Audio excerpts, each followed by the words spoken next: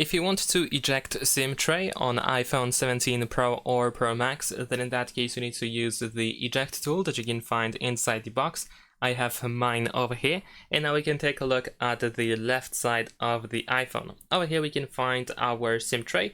There is also this little hole, and we need to insert the eject tool into this hole over here.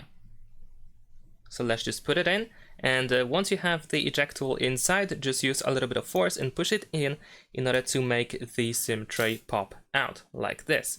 And then of course you can use your fingernails or fingers, in order to remove the SIM tray from the phone.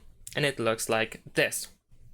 Now over here we have the shape of the SIM card slot. So now we can insert the SIM card into this slot over here.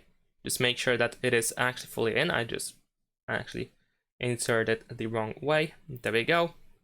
And then once it is fully in, you can just put it back into the phone. We're gonna slide it in and just push it with your finger and make sure that it is actually fully in and that it doesn't stick out. And that's it. Thanks for watching. Leave a like and subscribe.